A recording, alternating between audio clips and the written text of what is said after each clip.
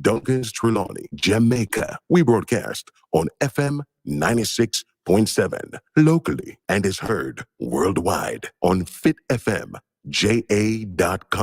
Our mission is to amplify diverse voices and opinions, inform, educate, entertain, and engage listeners of all ages and lifestyle while promoting responsible community development. Fit FM 96.7, your life, your music. Are you struggling with loneliness? Feeling depressed? Are you searching for a purpose to live? Are you ready to tap into your inner greatness? Ready to soar to your full potential? Come and be inspired. Join me, Dr. Asha Mwendo, on Healing Moment inside Gospel and Soul every Wednesday, 6 p.m., where we will help you to understand your purpose. We will help you to find your wind. We'll show you how to open your wings and fly. Healing Moments, Fit FM 96.7, your life, your music.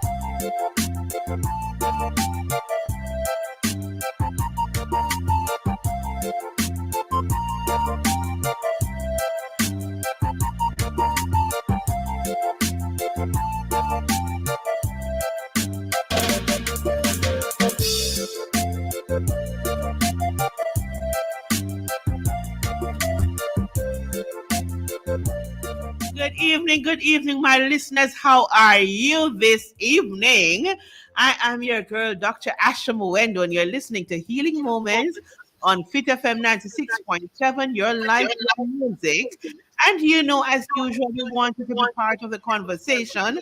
And so we ask you to join us on our WhatsApp line at 876 478 9144 or 876 317-1991.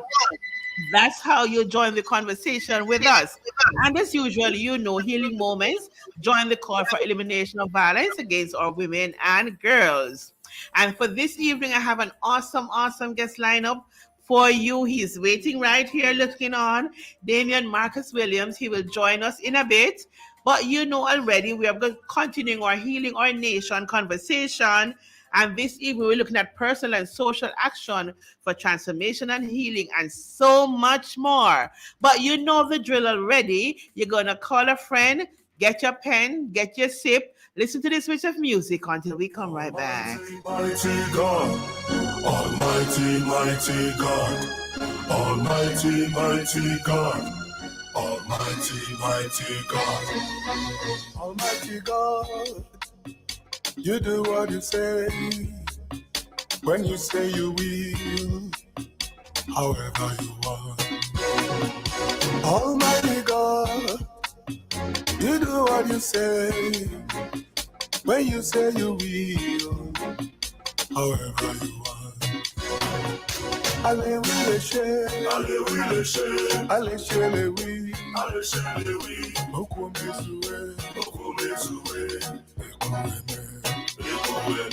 Allez oui les chers, allez oui les chers, allez chez les oui, allez chez les oui. Oko me soué, Okamaleya, Okamaleya, allez oui les chers, allez oui les chers. Oko me soué, Abatobiye, Okamaleya, Okamaleya, allez oui les chers, Oko me soué, Abatobiye. Almighty, mighty God, Almighty, mighty God, Almighty, mighty God, Almighty, mighty God. Good evening. We are back. Yes, and we're listening to Dr. Paul out of Africa. Yes, he's talking about our mighty, mighty God, and we know we serve a mighty God. So, as you know, we normally do our Let's Talk before we bring our guests on.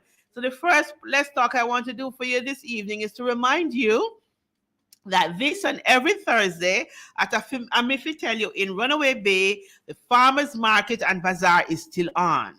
It is growing, but there is still space for more people. So if you want a booth, you want to go visit, you want to buy, we have so much goods, supermarket goods, exotic jewelry, Herbalife is there, unique clothing is there, flowers, fruits, and veggies. And of course, yours truly, Dr. Asher from Fit FM. I have my booth there as well. And if you want to know more, you call Jennifer at 876-853-4455. Or you can go look on the webpage at takemetojamaica.com. That sounds good, not true? Yes. So check out the bazaar, Farmers Market and Bazaar at Runaway Bay on Thursdays. Then the Neighborhood Watch movement, the National Neighborhood Watch movement is doing a logo rebranding competition. And I'm saying to you, think you have the skills? Enter today. So we are 35 years old and we are rebranding with you in mind. And I said we, because as you know, I am the president for the National Neighborhood Watch movement. And the prizes are pretty good. First place prize, laptop and a printer. Second place, a laptop. And third place, tablet. The competition starts now and it goes until July 7th. If you want more information, you can call 876-819-3335 or 876-295-1284. So come on, if you have the skills to create our logo and you want to create how we will look for the next 35 years, come to the competition. Your logo might just win. And Dave Gale, as usual, he is continuing the charity down in Westmoreland where we're building a house for these blind women, and we need your support. We want to end this project by end of July that we can focus on back to school. And so we need your support to put in the windows, doors, zinc for the roofing, and material to render the inside wall. So you can look up Dave Gale on all social media platforms. You still have CDs going for $1,000. And if you can't find Dale, you contact me. We need your support that these ladies can live good, feel good. And you know it's hurricane season, so make them feel good and comfortable and stay dry even when the wind and the rain is going, right? Today also, unfortunately, we have to be focusing now on World Elder Abuse Awareness Day. This should not be a thing, people. It should not be a thing, but yes, our elders are being abused as well. And so the UN defines elder abuse as a single or repeated act or lack of appropriate action within any relationship where there's an expectation of trust which causes harm or distress to an older person. This should not be a thing. We should not be abusing our elders. Come on. Our elders face physical abuse, sexual abuse, emotional abuse, neglect, abandonment, and financial abuse. So if you have them and you're not treating them well, it's an abuse. If you're neglecting them, leaving them all, this is just like how we're not supposed to leave children alone at home. We are not supposed to leave our older adults at home either. Especially, I know persons are leaving adults who are bedridden, putting water and food, as they would say, at hand reach, and leave them by themselves all day. Sometimes they say to a neighbor, give an eye. Well, the neighbor is giving an eye on their own business, and our elders get left behind. So many times we hear of fires and the elders are burnt up in their houses. Come on. You're not supposed to be hitting your elder. You're not supposed to be abusing them emotionally. So we are calling upon us. Let elder abuse end with you today. And a little warning. Remember, you are going to be an elder one day if you live long enough. And when you're abusing the elders, the younger generation that will take care of you is watching. And karma sometimes is not a very good friend. So let us treat our elders well, and that will help to end elder abuse, right? So that's my Let's Talk for this evening. And so we're going to just get a little bit more of the music, and then I'm going to bring my guest on, and we're going to have a catawampus time in here in a positive way. Almighty God, Almighty, mighty God, Almighty, mighty God, Almighty, mighty God, Almighty God, you do what you say, when you say you will, however you want. Almighty God, you do what you say, when you say you will, however you want. Allez, oui, les chers. Allez, oui, les chers. Allez, chez les oui. Allez, chez les oui. Beaucoup mes souhaits. Beaucoup mes souhaits.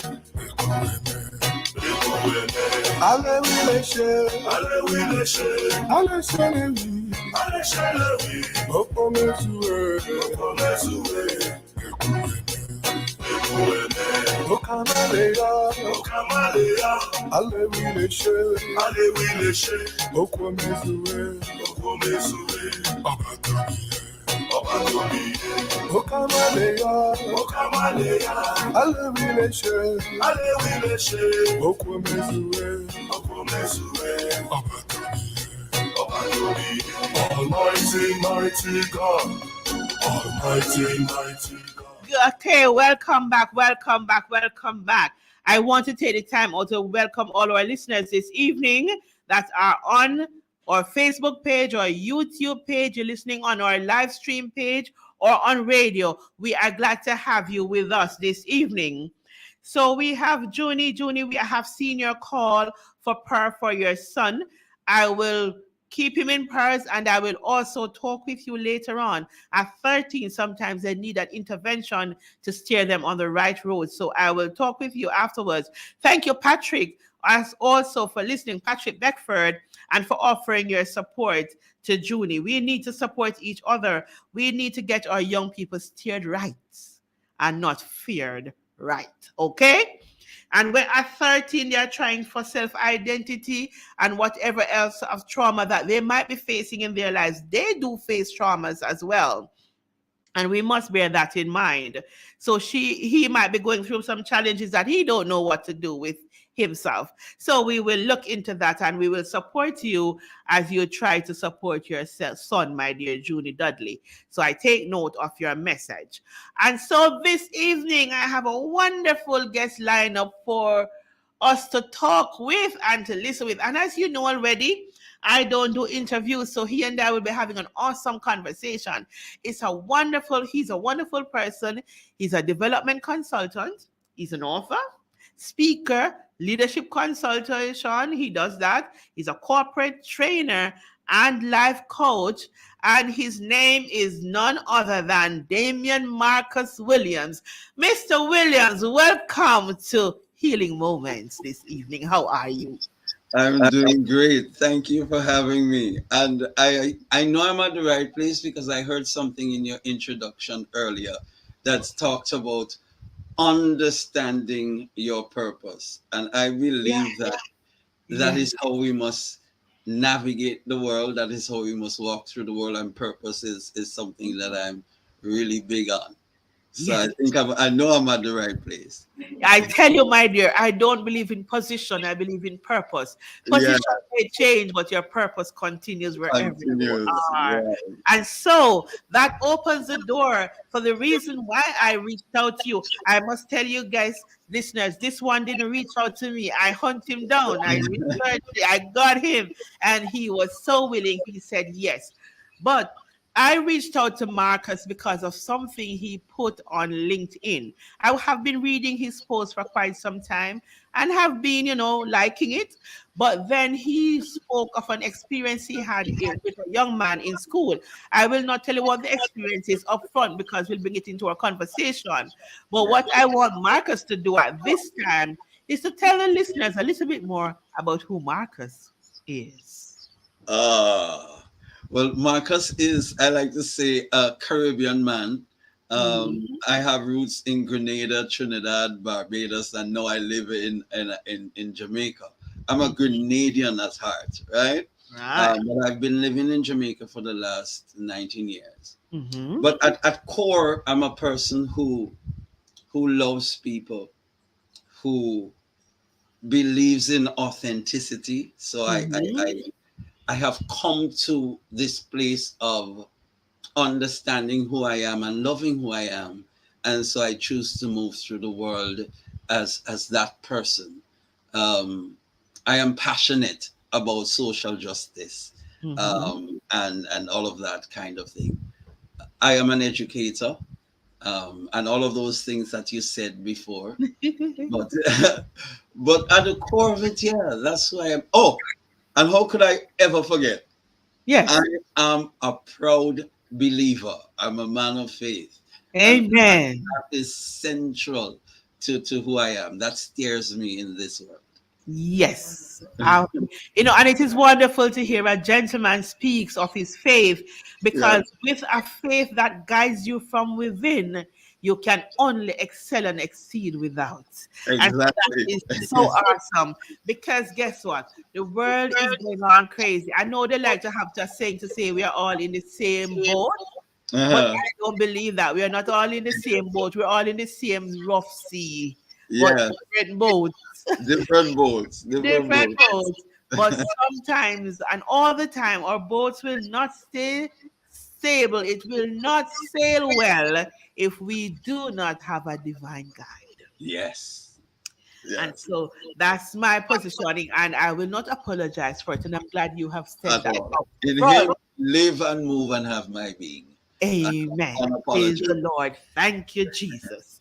Yes, I'm all of that and a little bit more around here. So, Marcus, Yes, one day I was browsing through LinkedIn, but as usual, I normally stop on your page to do a little read. yes, So I read of an incident where you had a disruptor in your class. yes, And instead of running this boy out of your class, yes, as we tend to do these days, or to embarrass them, try to shut them up, you yes, did something different. What did you do? yes. Well, obviously, that is a conflict. We wanted two different things. I wanted to make a presentation, and the student wanted to do something different. So I inquired, Mhm. um, what is it that you want to do at this time that is more important than what I want to share? And perhaps I can cut down on my time so that you can get to do whatever it is that is so important that you need to do. Is it okay? Because I feel, and I shared how I feel. I became vulnerable, and Yeah. that I feel disrespected, but I also feel kind of hurt that I would Mm. have prepared a presentation to come here to share with you, excited, and you don't want to hear. Mhm. And the student said, "Okay, sir, you can go ahead." So I said, so I would keep it short, and you would get the chance to do what you wanted to do. Then the student said to me, "Oh, well, really, it was really an assignment that they were talking about." Yeah, Okay. I inquired what the assignment was, and it was an English assignment. So I said, Mm-hmm. oh, I used to be a teacher of English. I can perhaps answer some questions that you may have about Mm-hmm. that assignment at the end of my presentation as well. And the entire class was wowed by that. Yes. I said to the class, well, I'm here to talk about conflict Mm-hmm. resolution. And this was a conflict. And this was how I chose to resolve it. Now, Mm-hmm. you expected me as the adult to perhaps say, get out of here or to embarrass him, didn't you? And they said, and we started a conversation around that little incident that happened. It so happened that I didn't need to cut my presentation short because they didn't want me to leave. And I made some friends that day, Yes. you know, And because it's about respect, you know? yes. Yeah. And so what because what happened to that young man now is that he now felt that he was being acknowledged. Yes. He felt that his thoughts, his feelings, his emotion was important to Yeah. you as well as you doing what you come to do.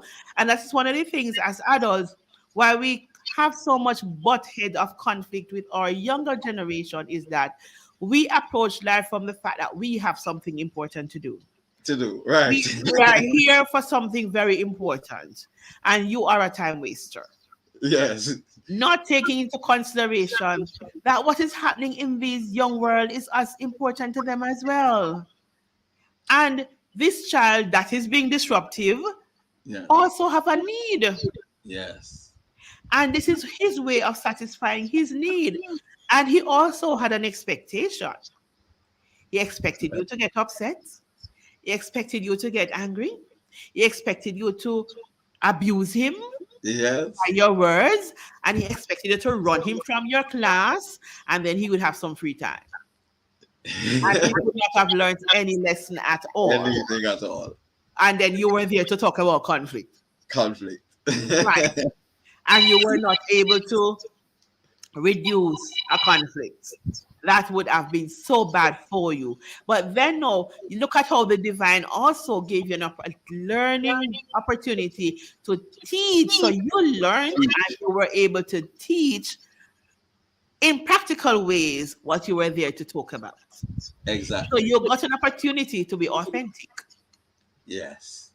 and you were able to identify and recognize the opportunity because you knew your purpose. Yes.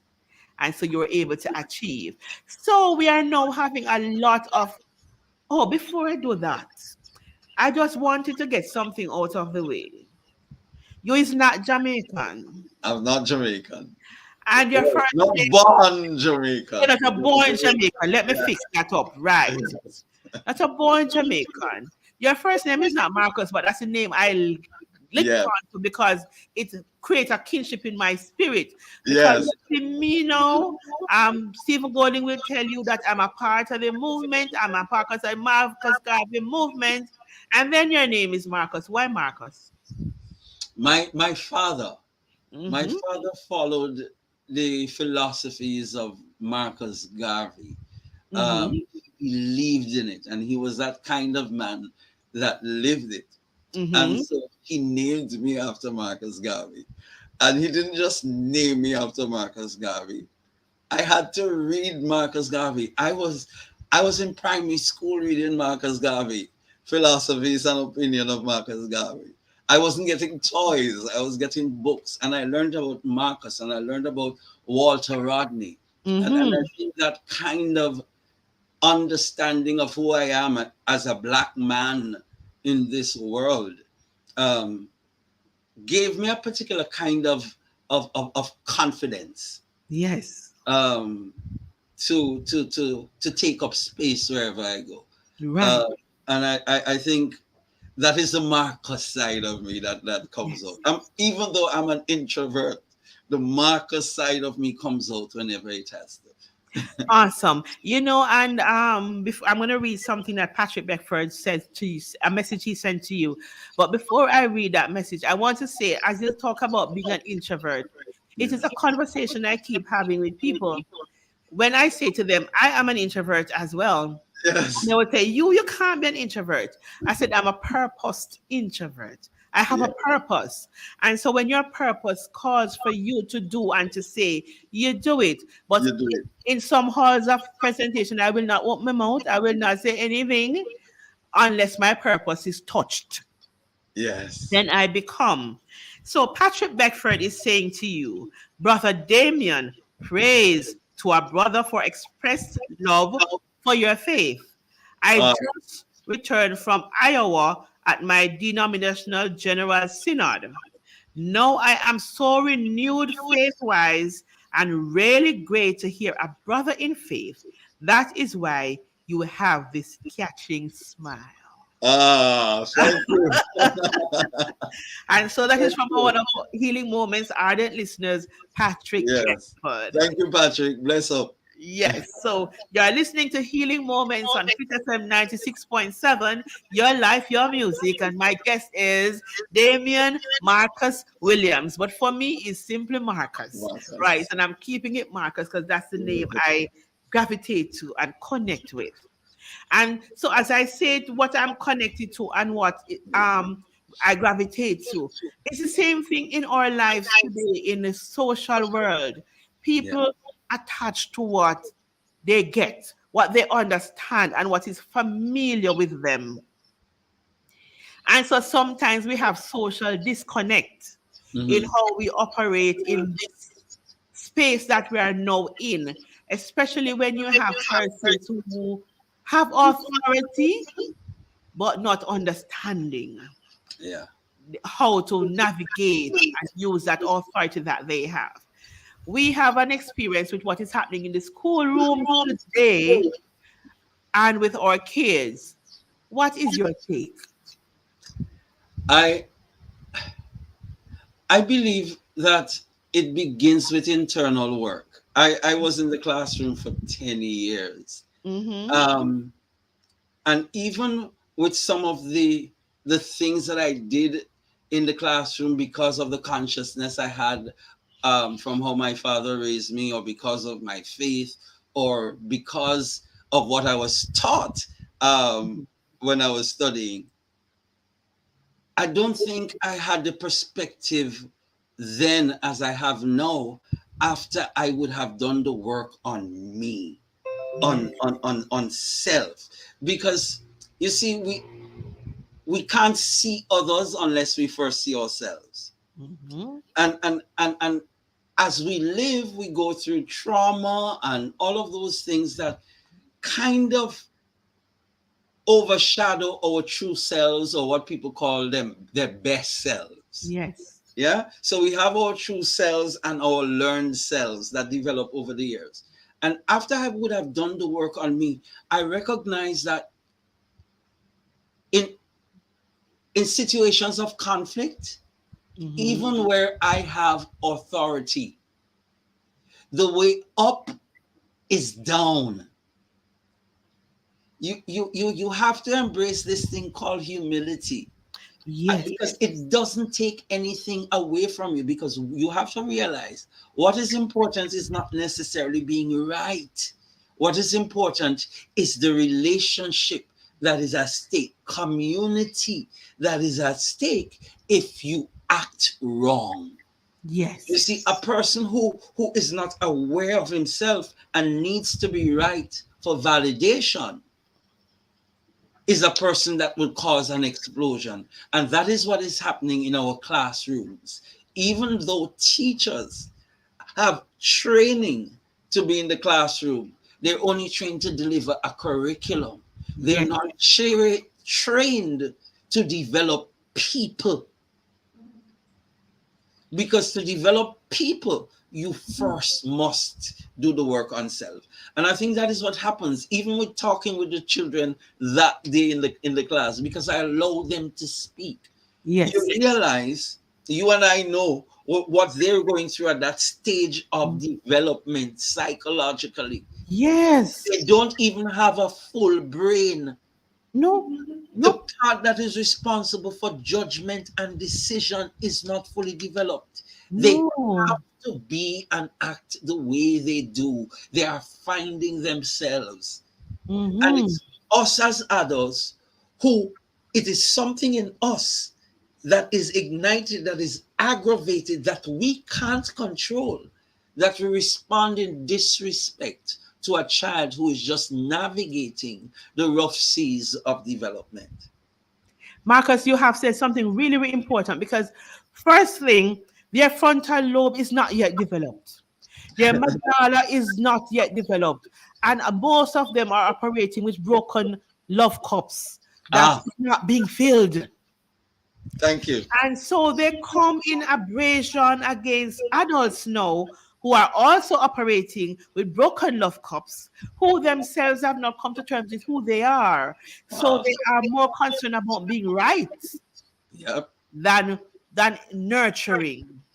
You said something as well in that we are our education system, and this is one of my challenge in even in 2022, our education system is not yet um geared towards developing the human, developing Mhm. the person. We just Yep. want to pass on some information for them to pass CXCs, for our schools to look good, and for them to get onto university or going to learn a skill. But we are not And for us concerned to about continue the with the who. social hierarchies. Yes, but we're not concerned with the who the person is. We are not helping people to find themselves through our education system and to grow and become. We are just letting people be who we say they are. Yes. So a boy is coming from a home where already knows him is a tough like him father. Mm. He already knows that much is not expected from him because he will come out as a little crow, him not going to achieve nothing.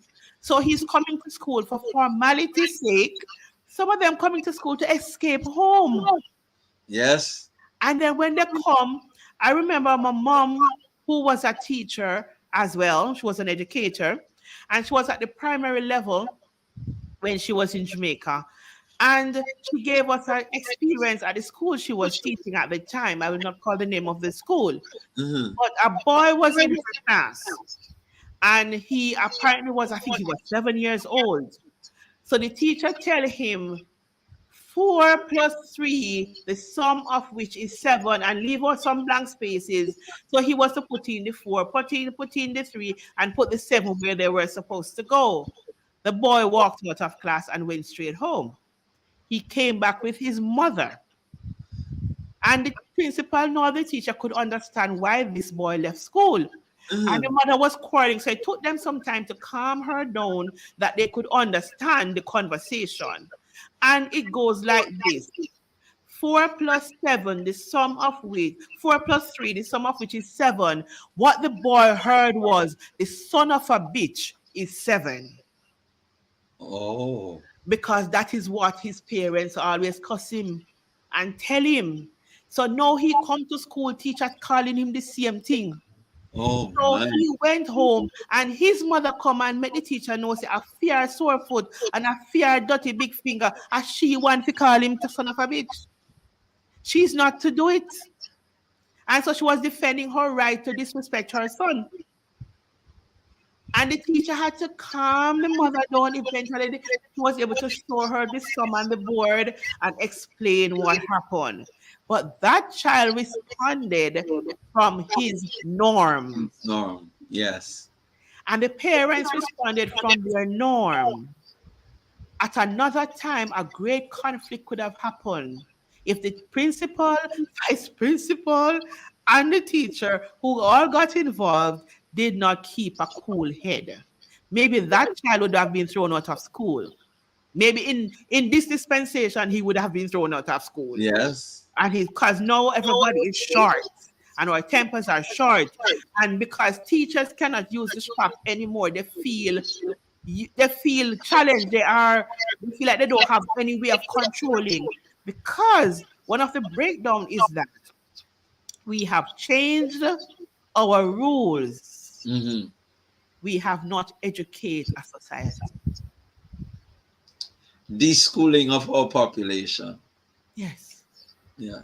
That's what we're doing.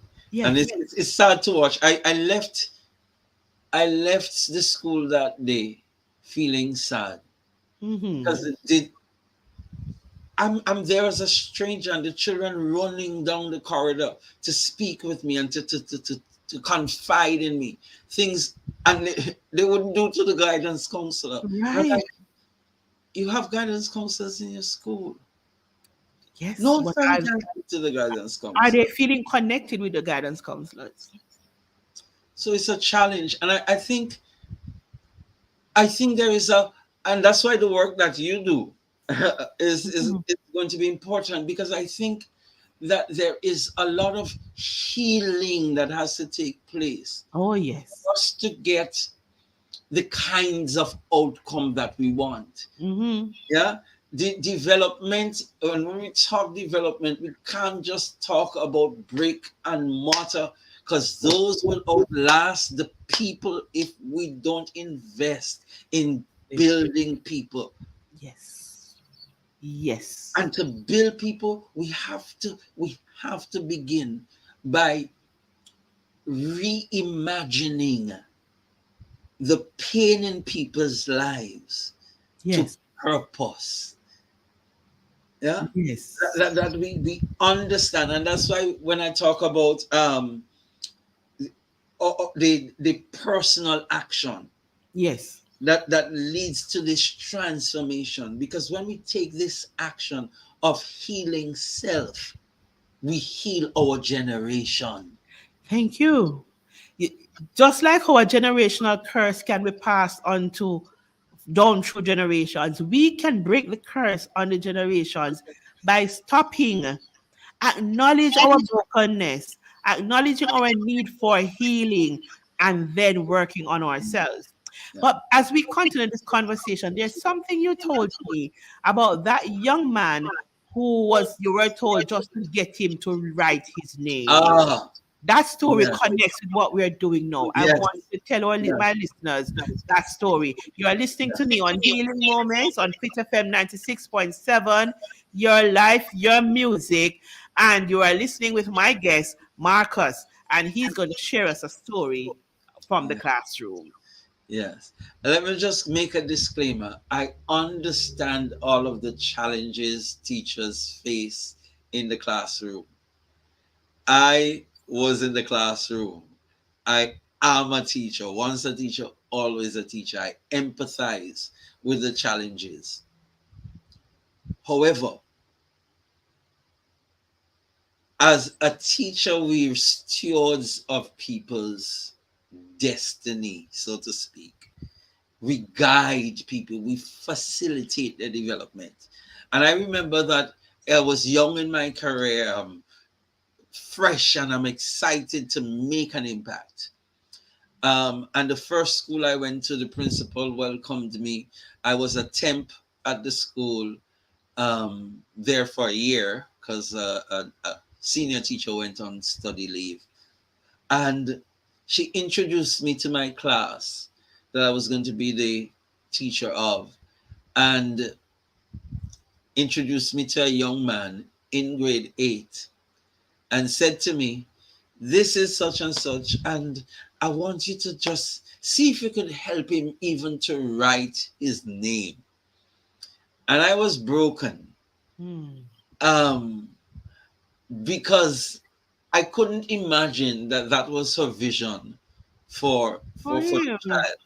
And we're supposed to be educators, and we're supposed to believe that every child can learn, and we're supposed to believe in the multiple intelligences and finding the way that the child learn, and get him to there, wherever there is for him or her.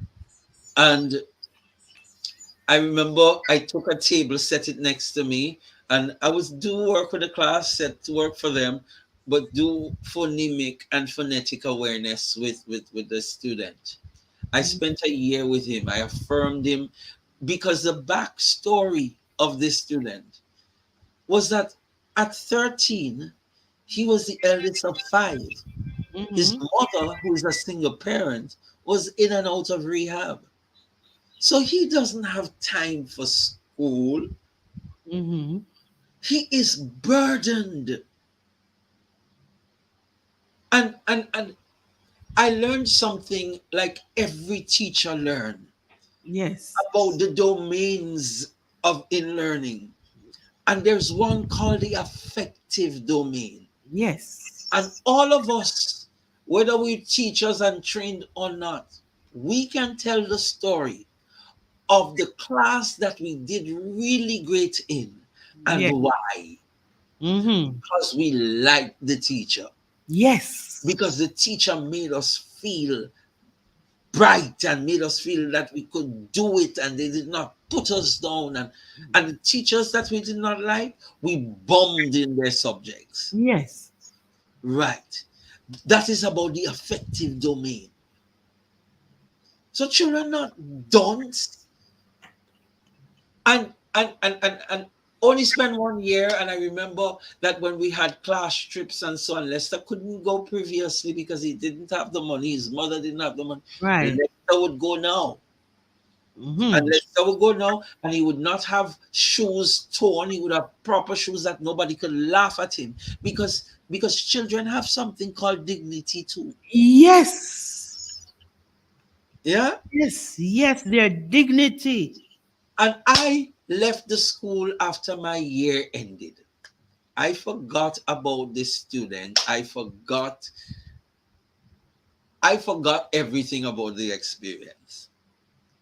Of course, I knew that was the first school I ever taught at and all of that. Yes.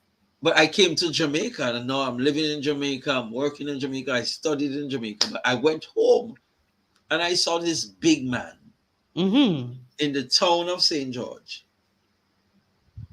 And he obviously recognized me and he said, Mr. Williams. And I'm like, what is wrong with this big old man calling me Mr. Williams? For people to think that I'm old. Because he's big. He said, he called his name. I'm Lester Norwell. And he reminded me that I taught him at that particular school. Yes. And he said, so I said, so what you doing now? What was everything? He said, I'm a teacher. I became a teacher. And I became a teacher because I wanted to touch lives. Every time I tell this story, I feel like I want to cry. And I'm not going to cry today. I feel like I wanted to touch lives like you touched mine. Amen. Like you touched mine. Yes. And that is extremely important. Yeah. Our teachers are never paid enough. I'm the first to admit that. Yes. But there was a time, and there are still teachers who are going to school every single day simply because of the love they have for their students and simply because they want to make a difference in their life. Because you said something very important. The principal only expected this young man to leave school learning at grade 8, learning to be able to spell his name. His name. She didn't have much hope for him, much value for his life. Yeah. She didn't care about his backstory, what made him who he was. Then he became a teacher. Yeah. Because someone saw him. And that is what I want to say to our teachers sometimes. A child is asking you to see me. Yeah. Not just see one heap of picnic where they give you trouble where you need to teach maths to or teach English, but see the human sitting before you. Because sometimes we treat them like they don't become human until they're 18. Yeah. They're not a full human. No, they're a half human or something. They are not ready yet. No. And we also expect them to operate at our developed brain level. The human brain is not fully developed until you're about 24, 25. And the frontal lobe, where is the seat of thinking and reasoning, is not developed until you're 25. So at that young age, they're not properly operating, and they're also trying to decide who they are. Yes. On top of that, hormones wreaking havoc in their bodies. And sometimes they don't even know why they act the way they act at that moment because they don't understand themselves. They don't understand what is moving them, and the hormone have them going crazy. You, the adult, now should be the one that de-escalate any challenge being faced and also show them how not to become confrontational by you yourself not being confrontational with them. Yes. It's a lot of responsibility we're putting on our teachers because now they have to do what the parents themselves don't know how to do either. And the teacher comes to school, remember, the teacher comes to school with his or her home stress as well. Yes, because their parents, their wives and fathers, oh Yeah. yeah, multiple belongings. Yes, and so they have a multifaceted job to do when some of our teachers were not taught life skills either, Yeah. and they're good on math, but they can't communicate well and they don't know how to de-escalate and they don't know how to build relationships or continue relationships. They themselves become overwhelmed by how to react, how to deal. And can I tell you, COVID have not made it any easier. So we have children coming to school who left primary school 2 years ago and is going to secondary school for the first time. And they're coming in at third form level. Because for first form and second form, so what, eighth grade and ninth grade, they were at home. And so they're coming to school at 10th grade, while they were not at school for so many years. And some of them were fending as adults As for themselves adults. and their families. Yep. Now you put back, thinking that I'm a big man or a big woman, you put me back into uniform, put me back into a classroom to listen to somebody who themselves is struggling with their own issues and can't understand me. You see where we are at. Yep. You see the work we need to be doing if we are to create a change. And that is why educational system now need to become transformative. That's it. Yes. Talk a little bit more on that. Yes. Because listen to me. I remember speaking to some teachers recently, Mhm. and I used the fact that I was in the classroom for 10 years, and once a teacher, always a teacher, and I understand the struggle, and they say yes, and all of that. Mhm. And we can get into all of the talk about industrial age and how that has impacted the educational Mhm. system and all of that kind of thing, and legacies of slavery and all of that. We can get into all of that. But let's just look at the what you were talking about, the human side of it. Mhm. And that is how we can begin to transform a system. Yes. When we talk about children in school, now I was considered a rude child. Would you believe that? And Mm. looking back now at what I did that was considered rude by other people, I'm like, whoa, I wasn't rude. I had a voice as Yes. a child and I used it. And I think very often as adults, we don't get that because we don't see children. Yes. And we don't value children. We talk protect our children, but we see them as little things. Mm.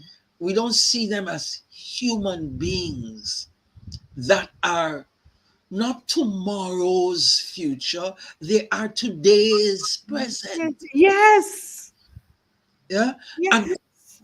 and so I said to them, talk to me about some of the behaviors that your children give in the Mhm. classroom. And they were able to reel them off and tell me all of them. Yes. I said, so how do you deal with that? And they were to told me all of the actions that they take to remedy the situation or to punish the situation.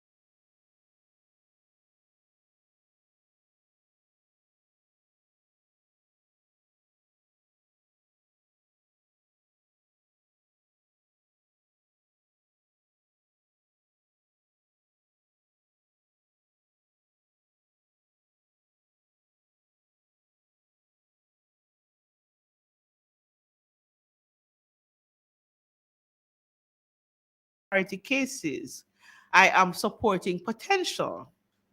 And I see the potential in you. And I explained to him why I do not do general back to school. I explained to him why I don't do all of this, because I'm leaving each person with their dignity. I see we are getting our system back up and my guest is coming on again. Beautiful. So, Marcus, I was just telling the story of a young man that I'm helping with my back to school at the moment, who Yes. me today talking about the challenges he's facing at home with his not his stepfather, because he's not acknowledging this man as a stepfather. He's simply saying is his mother's man. Okay. Not even him uncle nor anything. I'm mother man. He's saying the man is a croft because he have other children and their mothers are coming to the house and cursing that he's not taking care of the children. Mm-mm. This man who don't know how to be a big man, this is a young man's term. He don't know how to be a big man. Same I try to teach him how to be a man. And it now go happen. And Miss me will lick him down. And he was angry. I allowed him to talk until he was calm. Then I let him explain to me what was happening in his home. Give a promise that when he's gone to school, I'm going to talk to his mom, who will then talk to her partner about how he treats him. Then he asked me the question, everybody send me a bad picnic. So why you they help me? Am I a charity case? So I said to him, there are a lot of charity cases out there, but I don't have the capacity to deal with charities. I am simply supporting potential. Right. I see who he is now, and I see who he was destined to be. So he said to me, so you're helping me to go out there and find out who I am. I said, no, your greatness is already within you. You're born with it. So I'm helping you to tap into who you are, tap into your greatness, and let others see you rise. Yes. And when you rise, your siblings who are younger than you will feel that they can make it happen too. And guess what? Other community guys will look at you and want to be like you. So you are the potential that I'm now supporting as you live your purpose, that we can break crime and violence in our community. And he said to me, Miss, you know, I go to school every day now. And you know where I go to school?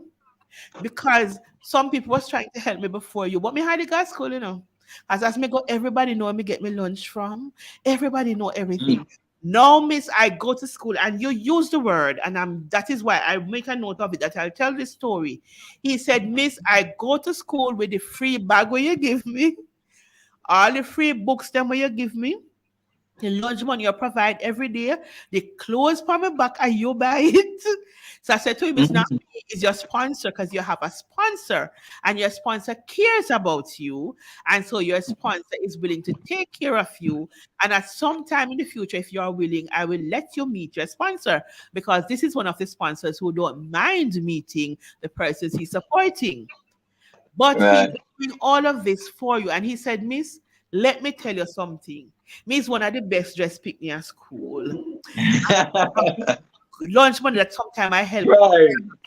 Sometimes I help others. Because Miss, guess what? I have mid dignity. It touched my soul. And I say to people, that is why I don't advertise the people I help. Yep. If they have a story to tell me, make them tell their story themselves. Yes. Yes. I hate to see it. Go ahead. Face plastered all over the place. Say you give them something. Yes. The people's dignity. And I think we don't get that children have that. No, we don't. And so we weaponize shame against children in the name of discipline. Yes. And it happens a lot in the classroom. The shout at and bark at. Yes. The calling names. And teachers do it. And children build up that kind of resentment. You were talking about the story where the same young man was saying his mother's man is not a real man. Mm-hmm. because they can identify in us adults our own hypocrisy. Thank you. Or hypocrisy. That's the word. That's the Yes, word. they Yes. see us and they know when we care and they know when we don't. So a student who knows that you don't care, teachers, would resist you. Yes. A student who knows that you care Yes. is not trying to break your heart. No. Anytime when I was a teacher, anytime you hear my class making noise, I am in the class. Yes. If my class is quiet, I am not in the class. Because my students knew that if they were making noise and I'm not there, that how I would feel that another teacher or principal would have to come and tell them to be quiet. Yes. Yes. I have a student who is now doing well, one of the, I am not helping him anymore, but I helped him Yeah. until he finished university. He is now living in England, and Yes. he lives between England and Australia now. And he's doing his PhD in Australia. And he contacted me today and he said to me, Miss, I said to him, stop calling me Miss Man, call me by my name. When you know big people call me Miss, just like how you see, that's when me call up, sir. Call me by my name, man. And he said, no, Miss, I have to call you with the respect that you deserve. And Yes. he was now giving me update on what is happening with his life. But his purpose for calling me wasn't to tell me about what is happening in his life. It's to say to me, come September, I want to be a sponsor. Oh. I want to give back. But funny enough, he didn't want to help sponsor a boy. He said to me, I know you have a mentorship program for your alma mater because I went to be the Bishop Gibson High School in Mandeville. Yes. And so he said to me, I want to sponsor one of the young ladies from your school. And I said to him, why you want to sponsor a young lady? This is what the young man said. I have returned to Jamaica a few times and I have gone back to my community because I was hoping to take a wife. Oh my. My community. And the girls that I grew up with didn't get the help that I got. And so the husbands that they want is not people like me. They don't want, he said, one girl tell him straight up, me no want no pants length man. And I said, what? What does that mean? What does that mean? And she said, him say, you come like a pretty boy, pants a waist, this, you know, she want a rough neck man. Okay then. A real man. Guess what she wants? She want a bad boy. Okay then. That is what she said as a real man. He said that was what one of the young ladies said to her. So I said to him, but you are now telling us, you're informing me that I will have to share the information with my fellow transformers, that we have work to do. Yeah. Because we fix up with young man them and they can't get no money. We always talk about with daughters can't get no good husbands because there's no good man out there. But then now our young men are saying to us, there's no wife to match us at our level. Oh, wow.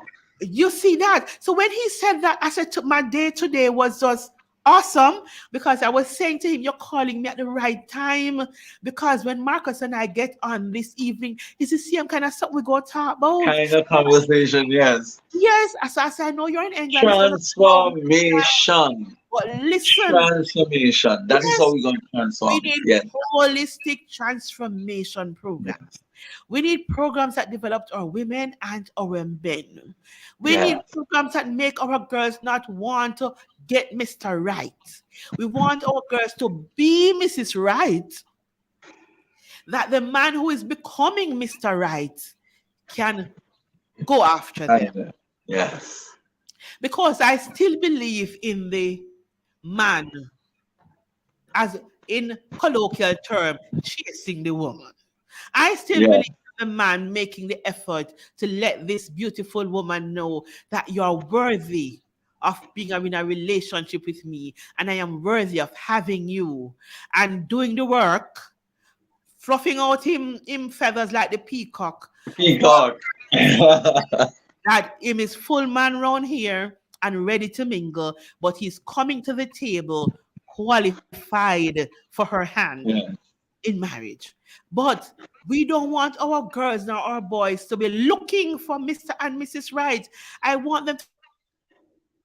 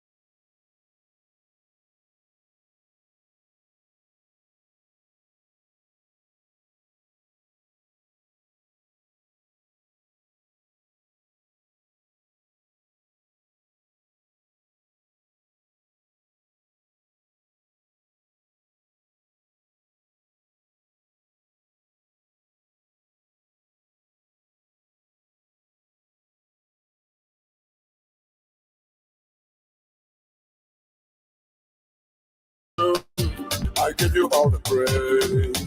Elohim, give me know what to make. You're the reason why I live. I give you the praise. Okay, so we are back, and my guest is coming back again. I was just sending him an apology to let him know that our social media providers continue to try and compete with the worst service providers this world have ever seen. And so they were giving us some problems. So we are continuing to work on it. Marcus, you are back with us. And listen to me. This is what we are considering conversating about. No, I was just reading some WhatsApp messages that I was getting, and one about 4 persons have sent me messages to say, Miss, I hope you're going to bring him back, you know. One person says, this need part 2. Another person said, talk up the things them, time not enough. So Marcus, we are lining up for a part 2. Because it looks that way. It looks that way. You're talking sense. Yeah. And I want to hear more. Because listen to me. Persons out there need solutions. Yes. They need solutions. And a teacher just sent me a message as well to say, oh God, as teachers, somehow we they try. Yes.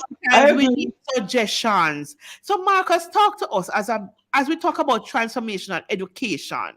And as we talk about the social interventions at the community level, the grassroots level, and parenting, we cannot leave parenting out of the mix. Yes. Nick, I want you to use up this time that hopefully Flo won't cut us again. But I'm going to shut up that you can talk as much as the time will allow us, that you can give us put some knowledge in our head. Talk to me. Yes. Now, if we are to transform education, yes, we have to bring all stakeholders to the table. All stakeholders as equal partners. Amen. And that includes children.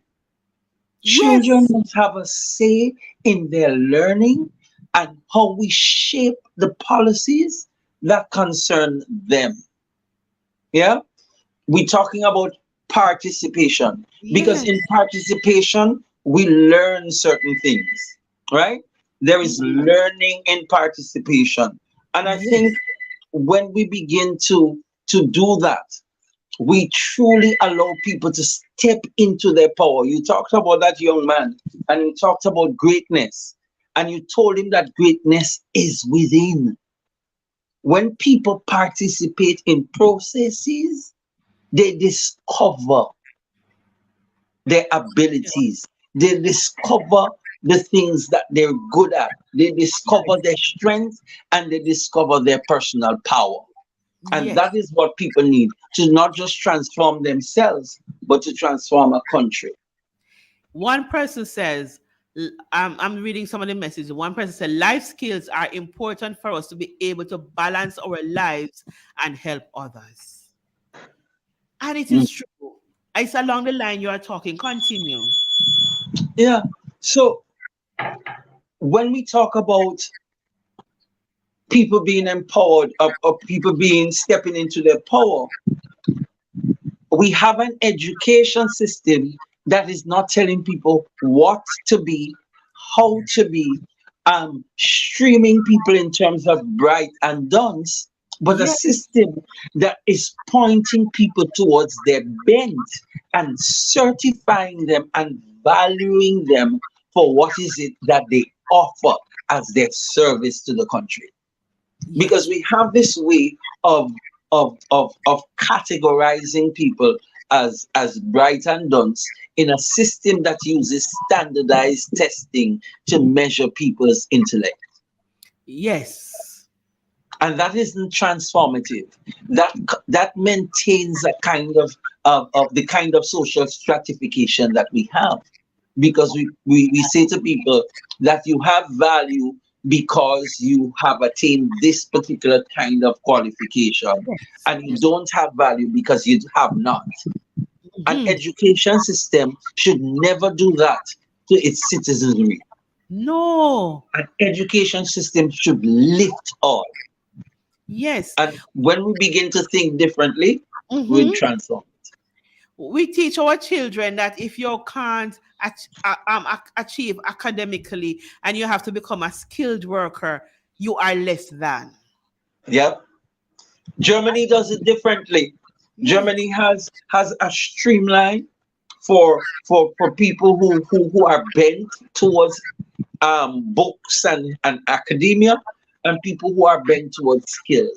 And you go to a university for skills, and you go to a university for academic work, because the value is in what you bring to the table. That's it. That's it. You know, and one of the important things, I look at some of the communist countries and how they do their education. And if you are academically inclined in the communist country, they support you to become. But whether you're academically inclined or not, you have to learn a skill. Yep. We have doctors coming to Jamaica who are jewelers and have other skill sets that they have learned. I remember when I wanted to do electrical engineering growing up, my mom would not have any of it. It wasn't taught at the school that I went to, because I went to a girls' school and we were not taught those things. But my stepfather would have taught me. Well, he taught me the rudiments and he would have supported me in going to get that skill. But my mother wouldn't have none of it because she said, I'm a girl. Oh wow. And girl, you have to chop wall, can you have to chop the wall and run the and I learned as much as I could, but I never went get the chance to go and become certified. Maybe I'd have some money in my pocket now, you know. But she wouldn't. Yeah. I remember when she found out, because after I got married, I went to auto mechanic school. And she found out I was being trained as an auto mechanic. And she told my husband if I were me left her because she had 1 ton man. you see, that's suppose the point I was making, that children have to have a say in the whole system of education, because there are so many adults making decisions as to the subjects that they must choose now, which all of those kinds of things, adults are making decisions. Yeah. And if children are put in a position where they're able to share and to say, these are the things that we like, these are the things that we want, then you could arrive at a fuller picture when you have all of those perspectives coming together as to what we need to do to truly transform our education system and to make our education system friendly to our Black students. Until not. we stop It's oppressive. our exams and start teaching for potential and for people to be their true selves, we're not going to get it right. Not going to get it right. Not going to get it right. We keep the on. Bible says, train a child. The Bible says, train a child in the way he should go. The actual Hebrew is about teach the child according to his or her bent. And yes. To his or her leaning. And our education system has been trying to push children in a singular direction. We're bending them in the way we want them to go. We want them to go. And not the way they were inclined to go. I had a conversation with a minister of some Sunday church recently when I was saying to him, this passage is not talking about religion. You know, I say, because the children now grow up in a church and they're not going to church because the parents say, I said, yes, we want them to grow up in the faith. We want them to grow up with religious, with spiritual connections and not religiosity. Yes. We want them to have a spiritual connection to know their God. However, this text is more than religion. It's more than spirituality. It's more than the potential that lies within the child, what the child is naturally inclined to be, and not who we want them to be. In some cultures, the children are exposed to a number of things, and then the things that they selected and they like, that's what they're trained in. That's what they're trained in. Yeah. Yeah, it's not like us parents want to live vicariously through our children. So I never get to be a doctor, so you're going to be a doctor. And I'm not spending my money on anything else. No. But medicine. You have stories upon stories of children finishing medical school, doing education like I did, go learn for do teach and can't teach nobody nothing. And all these things. Then we get the chance now to go and live who we really want to be. I've heard of One young man who finished medical school, gave his mom his medical diploma, and went off and learned to be an auto mechanic engineer, because that's what he wanted to do. So he do what his parents want him to do first, and then he get the chance to do what he wanted to Do do. what you wanted to do. Time, Yeah. waste of time. Those 7, 9 years that he spent doing what his parents wanted, he could have become who he wanted to be and be the best of it. And all it took was to hear the child Hear the child, and to honor listen, the child. and honor their growth and honor their potential. And so I admire parents whose children are creatives and they allow them to be. Yeah. You want to be an actor, you want to be a musician, and they support them in becoming the best Yes. who they can be, Yes. and not letting them become less than in a career that they did not choose. Yeah. And then have to waste time now to go catch up back on something else. So as you continue now to share, we have spoken about so many things that we're not talking about this evening. Part 2 is really in line. Yeah. I want to talk a little bit about when we are supporting the communities at the community level in the transformative program, like that experience you had with the women's group. When we are doing these transformative programs, how we are not supposed to go to the communities with our template and everything that we want to be done, but we have to go listen to the people. Yeah. And it may sound somewhat of a paradox, me saying this as somebody who works in development. But I think development aid is the new form of colonization. Because they come with their own agenda. They come with their own set of indicators, they call it, that are not mindful of cultural context and people dynamics. And so they're foisted on people. And for me, that is disrespect. That is not considering the expertise that are local. That is saying that what you have is not good enough. And so we don't value, we would not build on local knowledge and local expertise. And I remember one particular project, you had some women farmers. Right. Well, they were women who were unemployed in a community, and you had this woman farmer president who was very active, and she wanted these unemployed women to become involved in the thing. So this project came and she brought them on and they became poultry farmers. Some were already, but with the training and all of that they got, they invested in more birds. Some went up to 1,000 birds. Wow.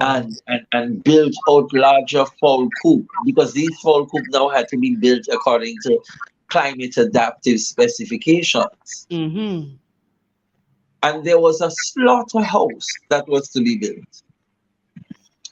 There is an existing drawing in the municipal corporation of a slaughterhouse. There are local builders who would have helped, that would have cut the price down, the cost down of building this slaughterhouse for the people considerably.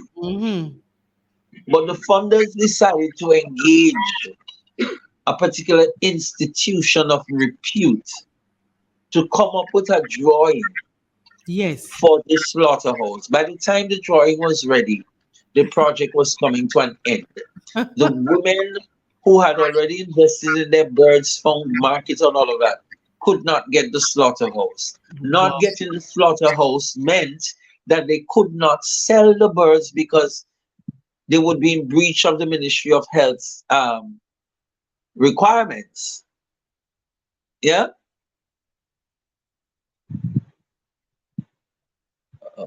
Oh,